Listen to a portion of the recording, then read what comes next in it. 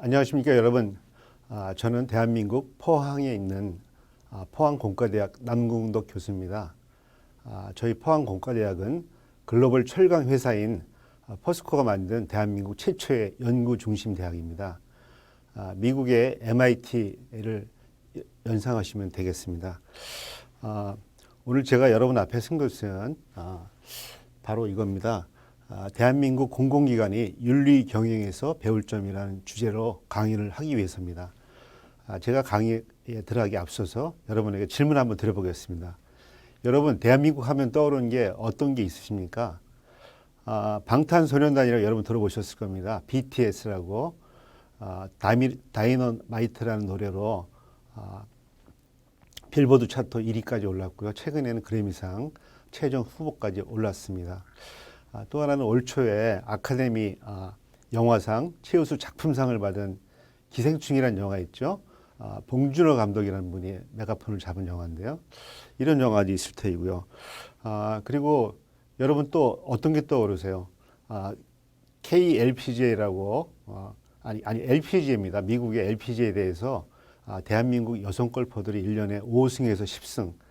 LPGA 대회가 한 해에 31개 정도 열리는데 그중에 거의 3분의 1 가까이를 대한민국 여성 골퍼들이 차지하고 있습니다. 엄청난 거죠? 좀 전에 말씀드린 BTS는 엄청난 팬클럽이 있는데 그 팬클럽 아미에 전 세계 40만 명의 팬들이 가입했습니다. 근데 재밌는 거는요. 그 팬클럽에 가입하기 위해서는 1인당 US 달러를 내야 한다는 겁니다. 근데 열광적으로 BTS를 서포트하고 있습니다. 또 하나 대한민국 또 하면 떠오르는 게 여러분 삼성전자의 스마트폰 갤럭시라 그러죠. 갤럭시 스마트폰이 미국의 애플과 함께 양대 산맥을 이루고 있죠. 또 같은 삼성전자의 TV 이런 거 명품으로 평가받고 있습니다. LG전자의 냉장고, 세탁기도 글로벌 명품이죠. 그다음에 현대자동차도 전 세계 지구촌을 굴러다니고 있습니다. 여러분, 방금 전에 말씀드린 대한민국의 대중문화, 그 다음에 대한민국을 대표하는 상품이 있지만은 이 두 가지가 가능하게 만든 거는 저는 오늘 말씀드린 것처럼 대한민국의 안방을 지키고 뒷단을 지키는 공기업이 있었기 때문에 가능했고요. 대한민국의 공기업의 큰 강점은 핵심은 윤리 경영을 실천하고 그 다음에 청렴도를 유지하기 위해서 열심히 노력하고 있다는 점입니다. 그래서 저는 이 자리에 서기 전까지 정확하게는 포항공대 교수가 되기 전까지는 30년 동안 언론인 생활을 했습니다. 되게 비판적인 시각을 갖고 있었는데 제가 이번 강의를 위해서 대한민국 공기업의 윤리 경영에 대해 자세히 들여다봤더니 글로벌 명품으로 칭해도 손색이 없다 이런 결론이 나왔습니다.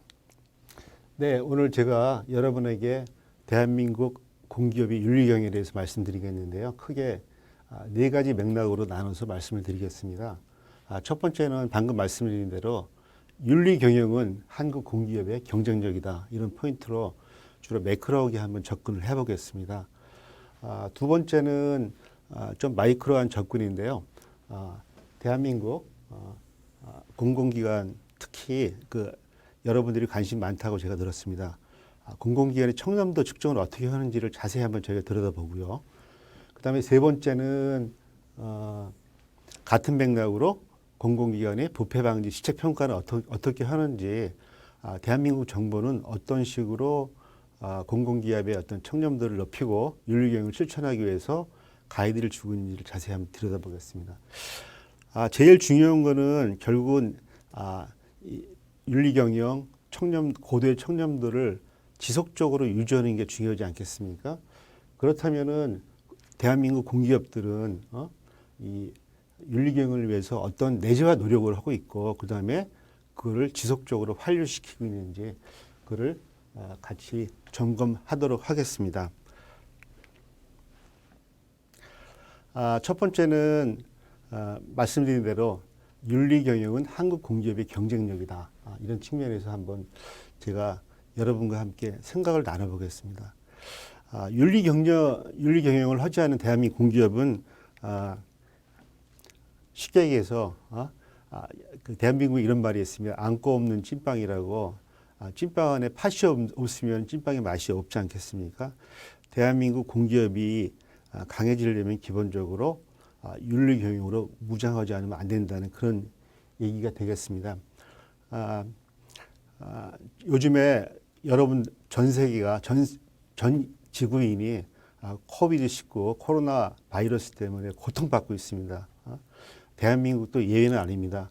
물론 대한민국 정부가 이른바 K-방역이라고 해서 나름대로 대처를 잘 하고 있습니다만은 코로나 때문에 엄청난 고통, 이동의 자유가 제한받고 사람을 만나기 어려워졌습니다. 주로 대면 전 학교에서 학생들을 가리키고 있습니다만은 올해 같은 경우에는 학생들을 강의실에서 만나지를 못하고 있습니다. 되게 비극적인 거잖아요. 근데 이 상황을 종식시키는 거는 딱 한 가지뿐이 없습니다. 좋은 백신이 빨리 개발돼서 많은 사람에게 백신을 접종하면 집단 방역이 이루어져 갖고 원래 같은 코로나가 나타나기 전에 일상으로 돌아갈 수 있는 것입니다. 저는 대한민국 정부가 강조하는 청렴도, 윤리 경영은 결국은 부패를 방지하기 위한 백신 접종이다. 이렇게 제가 주장하고 싶습니다. 실제 이런 노력이 이루어지지 않으면은 쉽게 느슨해질 수도 있는데 충분한 백신을 접종하기 때문에 대한민국의 공기업에서 근무하는 임직원들은 부패에 상당히 면역력을 갖고 있지 않을까 이렇게 생각합니다. 크게 봐서 첫 번째입니다. 대한민국은 크게 두 가지 맥락으로 부패 방지, 윤리 경영을 드라이브를 하고 있는데요. 첫 번째는 대한민국 안살림을 담당하고 있는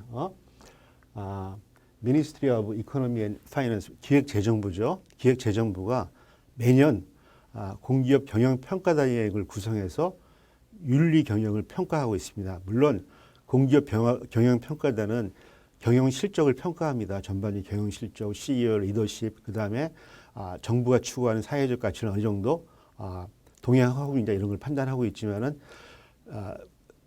대한민국 공기업 경영평가단의 35년 역사 속에서 윤리 경영을 평가하는 것은 지속되고 있습니다. 저도 올해 이 경영평가단의 일원이 돼서 주요 공기업의 경영평가를 담당했습니다. 특히 윤리 경영을 담당했는데 제가 생각했던 것보다 대한민국의 주요 공기업들은 엄격한 잣대로 윤리 경영을 실천하고 있고요. 임직원들도 엄청나게 청렴도에서 민감한 생활을 하고 있었습니다. 그거는 차차 말씀을 드리도록 하겠습니다. 두 번째는 대한민국 정부 부처에 한해는 국민권익위원회에서 또다시 매년 청렴도 측정과 또 한편으로 부패방지 실적평가라는 두 가지를 공기업에 대해서 평가하고 있는데요. 이게 결국은 이 두 가지 국민권익위에서 평가를 받으면서 평가를 받는다는 얘기는 1년 내내 공기업이 각자 자기의 고유의 영역에서 자기 역할을 함과 동시에 청렴도에 관련되는 평가를 받는다는 얘기입니다. 일을 하면서 수시로 당신은 부패에 노출됐냐 안 됐냐 이런 질문을 받으면서 일을 한다는 얘기입니다. 엄청나게 빡빡한 시스템인데 이런 시스템을 통해서 대한민국 정부는 대한민국 공기업이 부패 제로 조직을 만들겠다는 그 천명을 하고 있습니다. 그런 의미에서 저는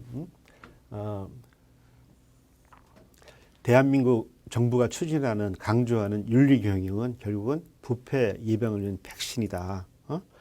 부패 공기업이 부패하면은 공기업의 고유의 설립 목적, 존재 이유가 없다는 겁니다.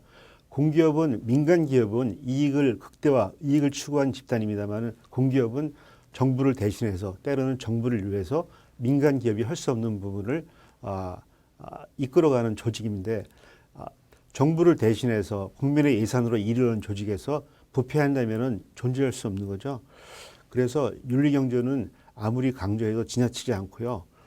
윤리경영을 강조함과 동시에 그 임직원들은 자연스럽게 윤리경영의 백신을 접종받은 거라고 저는 볼 수 있습니다. 같은 맥락에서 네 번째 보겠습니다. 공기업이 투명하고 공정하면 국가 공신력 견인했습니다. 여러분 각국에서 공직 관련 활동을 하고 계시답니다. 혹시 A라는 국가의 B 조직이랑 B 공기업이랑 무슨 비즈니스를 틀려고 여러분들이 시작을 똑똑똑 했다고 칩시다.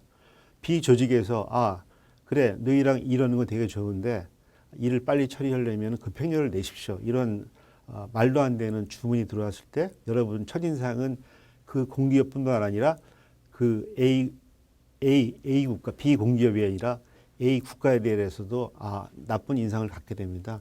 결국 단 하나의 공기업, 단 하나의 어떤 공기업 직원이 타락하면은 그 나라의 국가 공신력까지 떨어뜨릴 수 있다.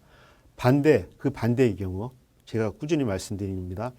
공기업이 투명하고 공정하게 경영을 하면은 국가 공신력은 자동으로 위로 올라간다. 이런 말씀입니다. 같은 맥락에서 제가 정리를 하겠습니다. 이 챕터를.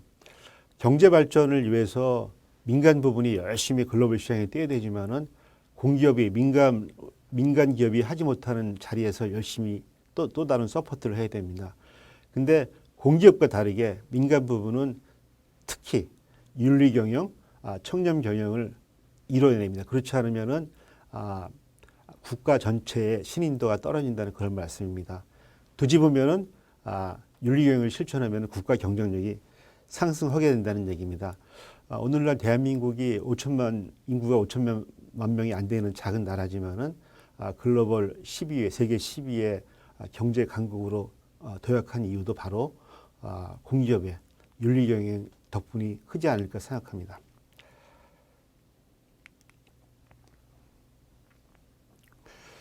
그러면 다음에는 제가 올해 담당했던 그 기재부의 기획재정부의 경영평가단의 윤리경영 세부 평가 내용은 어떤 걸 평가하는지를 같이 한번 들여다보겠습니다. 이거는 약간 디테일한 내용인데요. 첫 번째는 준법 윤리경영 체계의 구축 운영 및 준법 윤리경영 실천을 위한 공기업의 노력과 그 다음에 어떤 성과가 있는지를 평가합니다. 실제 대다수 대한민국 공기업들은 경영위원회라든가 아니면 준법 감시는 여러 가지 윤리경영이라는 시스템, 조직 인사 시스템을 갖추고 있습니다.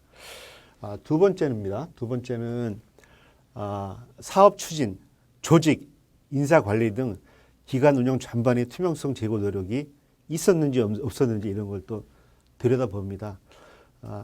결국은 윤리경영을 실천하기 위해서는 청렴해야 돼 있게 강조하는 것보다 조직 내에 인사 시스템으로 갖춰야 되는 거기 때문에 그게 특정 공기업이 윤리경영을 하기 위한 시스템을 갖췄는지를 들여다보는 겁니다. 세 번째는 윤리경영 지휘를 위한 내부 견제 시스템을 구축하고 있느냐, 그리고 어떤 운영 성과가 있냐. 윤리경영이라는 것도 일방적인 그 위에서 아래로 내리꽂는 상명 하달식이 아니라 수평적 내부 커뮤니케이션을 통해서 도달이 가능하기 때문에 그런 내부 견제 시스템이 얼마나 잘 이루어지는지, 내부 견제 시스템이 이런 겁니다. 익명 제고와 부패 행위에 대해서 익명 제고 시스템이 되는지 없는지 이런 걸 따지는 거죠. 네 번째는 마지막으로 공기업들의 인권 교육, 인권 침해, 구제 절차 등 인권 존중을 위한 노력과 어떤 노력이 있었는지, 그 다음에 어떤 활동을 하는지 들여다보는 겁니다.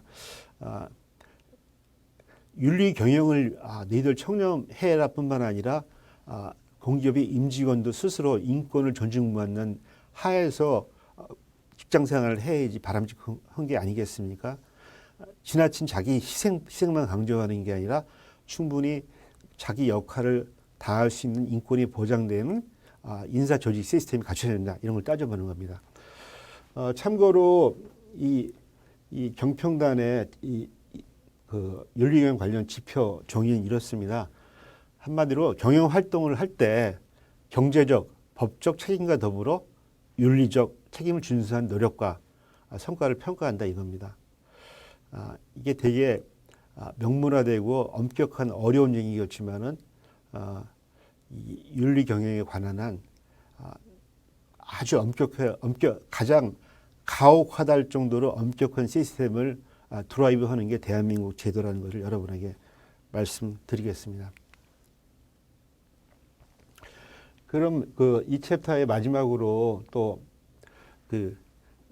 제일 중요한 거는 이게 대한민국 정부에서 강조하는 윤리 경영인데, 뒤집으면은 어떤 행위를 부패, 이건 반윤리적인 것이다, 청렴하지 않은 것이라고 판단하고 있는지를 말씀드리겠습니다. 대한민국 관련 법입니다. 부패 방지 및 국민권익위원회 설치와 운영에 관한 법률 2조, 그 다음에 부패 청탁 및 금품 수수 등 수수의 금지에 관한 법률 6조, 8조, 10조 등에 나온 어떤 이런 규정입니다. 뭐냐면 첫 번째, 부패 행위라니 이런 겁니다. 공직자가 직무와 관련해서 공직자와 직무와 관련해 그 지위 또는 권한을 남용하거나 법령을 위반하여 자기 또는 제3자 이익을 도모하는 행위. 자기 직무를 함부로 쓰는 거죠.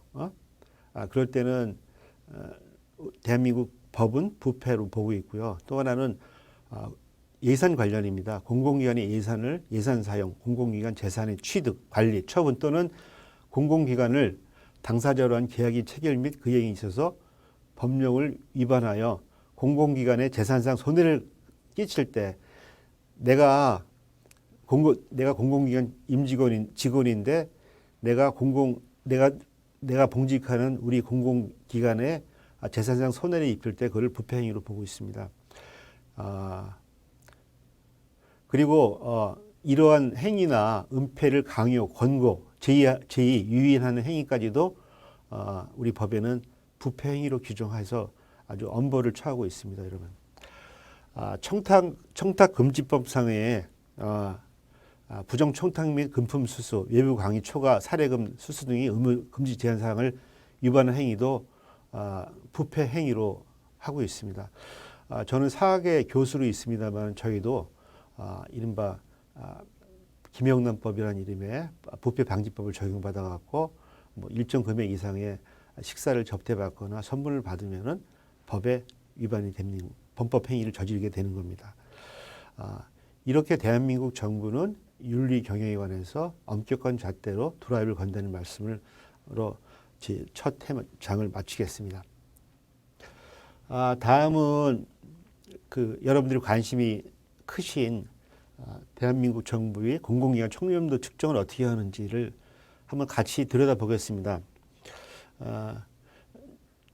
청렴도 측정은 결국은 측정 결과도 중요하지만은 측정받는 사람의 어떤 참여도, 그 다음에 이해도, 그 다음에 그 결과에 대한 수렴도가 높아질수록 다음에 그 청렴도 측정 결과가 차기 사업연대의 어떤 교훈이 되고 어떤 가이드가 된다고 생각합니다.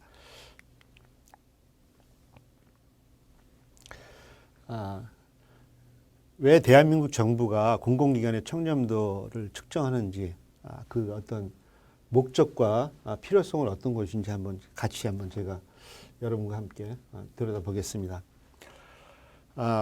공공기관 청렴도 측정은 부패 취약 분야에 대한 기관의 자율적 개선 노력을 유도해 기관의 투명성과 청렴성을 제고하는 게 목적입니다.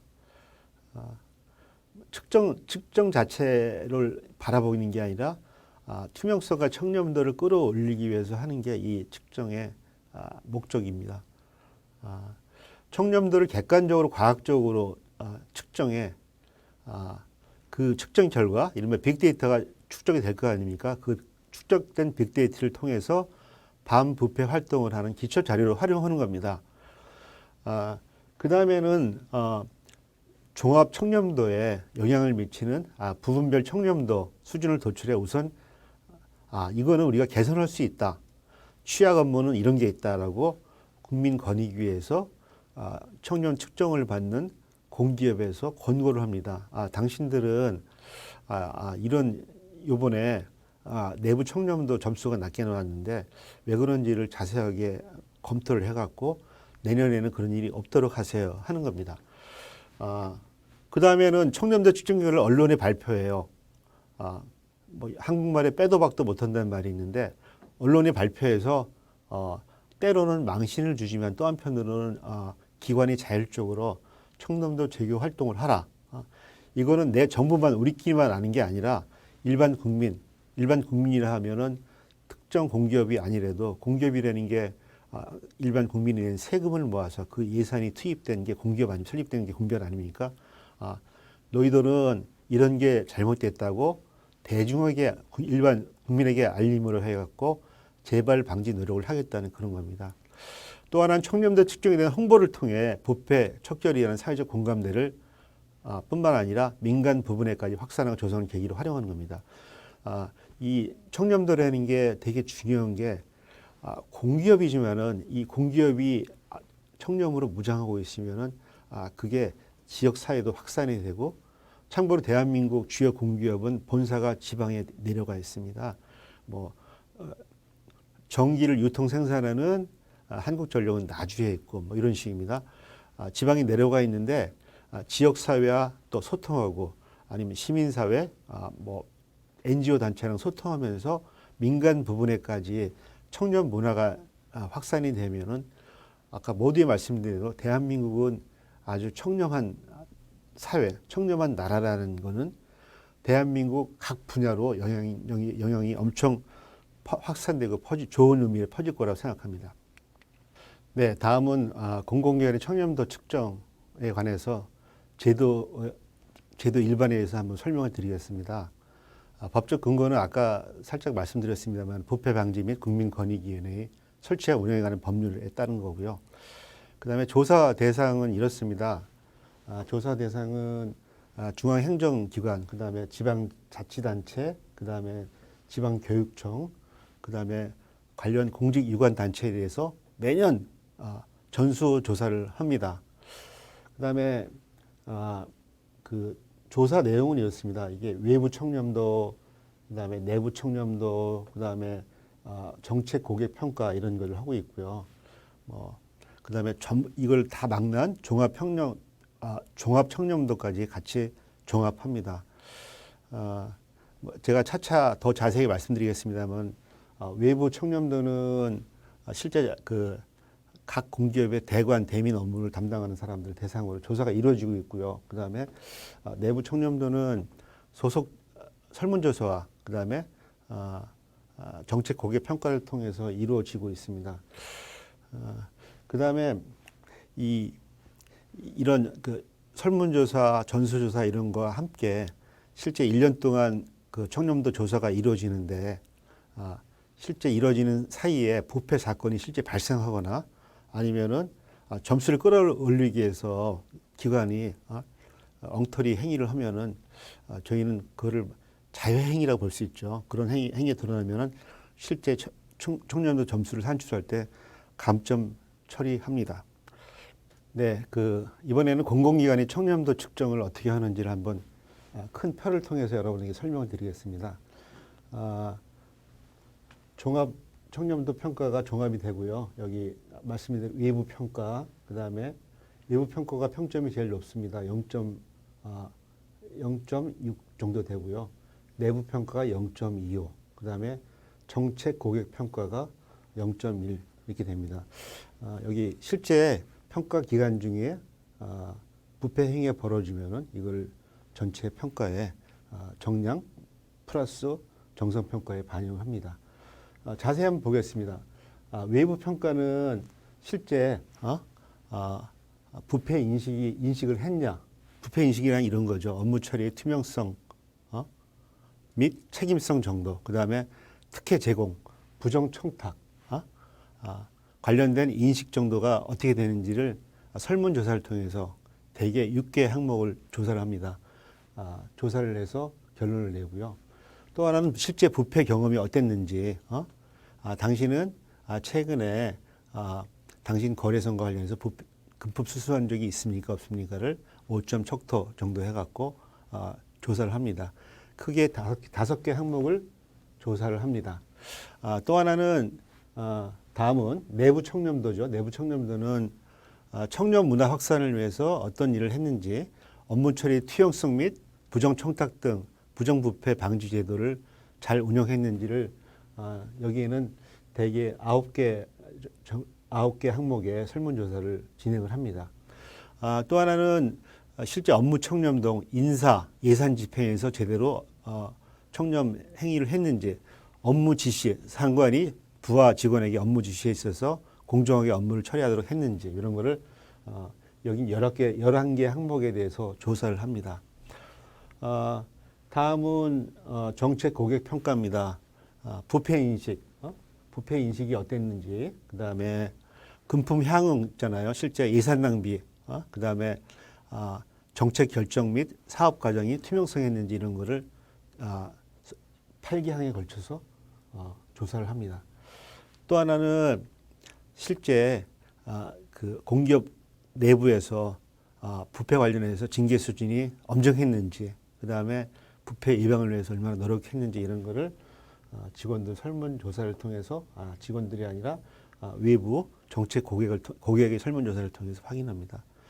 실제 마지막에는 앞에 그 외부 평가나 내부 평가 마찬가지로 실제 부패 경험이 당신은 금품 향응 편의 수수와 관련된 그렇게 한 적이 있냐라고 물어보는 거죠. 이렇게 이거는 말씀드린 대로 설문조사를 통해서 이루어지는 집니다. 다음은 여기에 플러스해서 이게 이제 감점 요인이 되는 건데, 실제 이 조사하는 와중에 행정기획 부패 사건도 있으라고요. 실제 부패 사건이 벌어지고, 그 다음에 뭐 관련된 공기업의 임직원이 뭐 형사처벌을 받다든가 검찰에 기소된다고 하면은 감점 요인이 됩니다.